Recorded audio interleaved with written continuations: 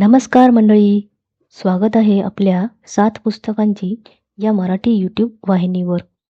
आज आपण बोलणार आहोत एका अशा माध्यमाबद्दल ज्याने 100 वर्षापेक्षा जास्त काळ लोकांना माहिती, मनोरंजन आणि जीवनात उभारण्याची आशा दिली. होय, आपल्या सर्वांचा प्रिय रेडिओबद्दल.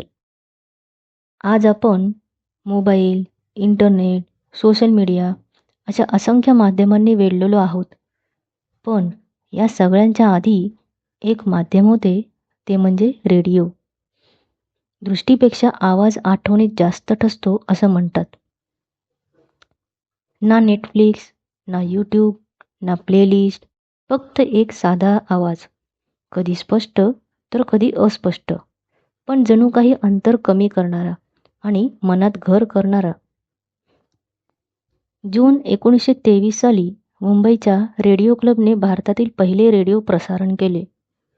त्यानंतर लगेच कलकत्ता रेडिओ क्लबने त्याचे अनुसरण केले. 23 जुलै 1927 रोजी इंडियन ब्रॉडकास्टिंग कंपनीची स्थापना झाली. 23 जुलै 1927 हा दिवस राष्ट्रीय प्रसारण दिन म्हणून साजरा केला जातो. 1930 साली सरकारने ही प्रसारण सेवा ताब्यात घेतली आणि भारतीय प्रसारण सेवा स्थापन केली. 1936 साली या सेवेला ऑल इंडिया रेडिओ असे नाव देण्यात आले. बहुजन हिताय, बहुजन सुखाय याचा मराठीत अर्थ अनेकांच्या हितासाठी आणि अनेकांच्या सुखासाठी हे ब्रीद वाक्य म्हणून वापरलं जाऊ लागलं.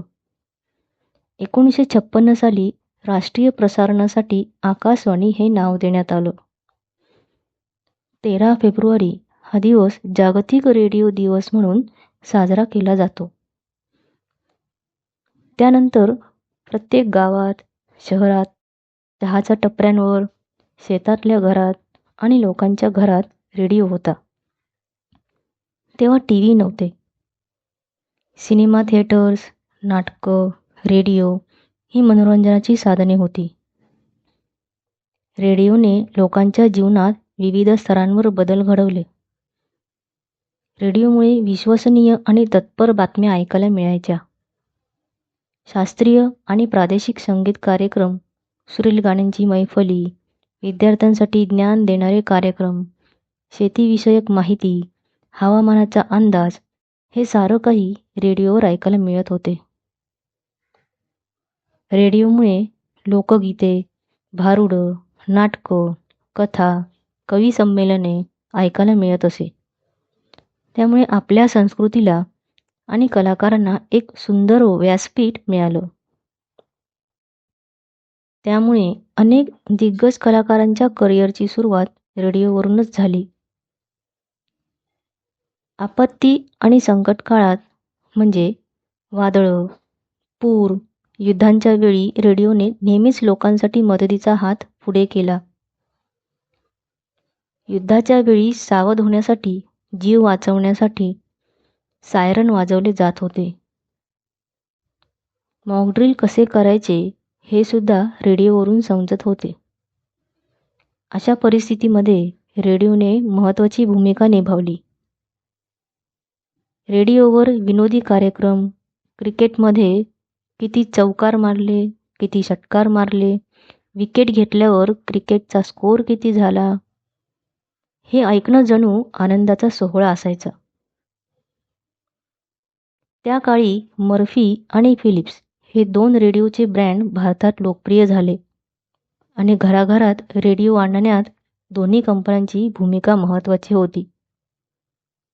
त्यानंतर फिलिप्स कंपनीचे 2 बँड ट्रान्झिस्टर रेडिओ भारतात आले आणि बॅटरी ट्रान्झिस्टर रेडिओ सुद्धा होते.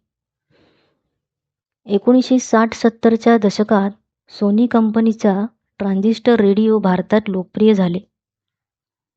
त्यानंतर टीव्हीचे आगमन झाले आणि रेडिओची जागा टीव्हीने घेतली आणि नंतर VCR आल्यामुळे लोक पिक्चर्स बघू लागले. त्यानंतर cassettes, CD, DVD, iPod, MP3 आले.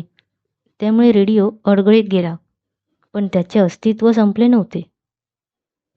त्याने FM रेडिओच्या स्वरूपात नवीन रूप धारण केलं होतं. लोकांना रेडिओ पुन्हा आवडू लागला. FM चॅनल्समुळे जो तो हातात मोबाईल घेऊन कानाला हेडफोन लावून रेडिओ ऐकत असत.